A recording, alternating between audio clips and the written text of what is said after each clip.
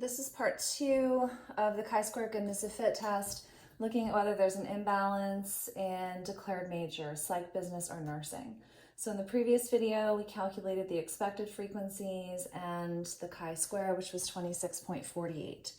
So in this video, we're going to go through and evaluate the chi-square. So starting off, we've got our null and alternative hypotheses. So remember, the null hypothesis always says there's nothing going on. So in the case of the chi-square goodness of fit test, we say there is no imbalance. You could also say there is no difference. You could say there's no disproportion. I just use the word imbalance. And then for the alternative hypothesis, it's that there is an imbalance, difference, disproportion. So now we have to calculate our degrees of freedom, and in the chi-square goodness of fit test, that formula is the number of groups minus 1. So in this case, we've got 3 groups. So 3 minus 1 is 2. So our degrees of freedom are 2. So now you're going to pull your critical values table. If you're using our book, it's page 263. Remember, just to keep consistent, we're going to assume an alpha level or an error level of 0.05. So on your critical values table, you're going to use degrees of freedom of 2, and you're going to use an alpha level of 0.05. So in this case, our critical chi-square is 5.99.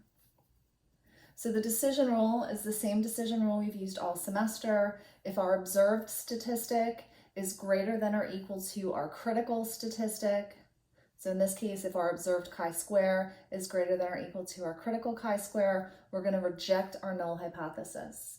Otherwise, we're going to fail to reject it. So in this case, our observed was 26.48. Our critical was 5.99. That is clearly bigger than the critical. So in this case, we reject our null hypothesis. Our null hypothesis says there's no imbalance. We're rejecting that. So our conclusion is there is an imbalance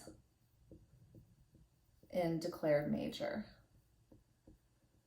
All right, essentially what we're saying is these numbers, the psych, business, and nursing numbers, are not equal. And journal format, we always start with our statistic, which is the chi-square. In parentheses, we put our degrees of freedom, which is 2. Then we put an equal sign, and after the equal sign, we put our observed statistic, which is 26.48. Then we put a comma, and because we rejected, what this means is that P is less than or equal to 0.05.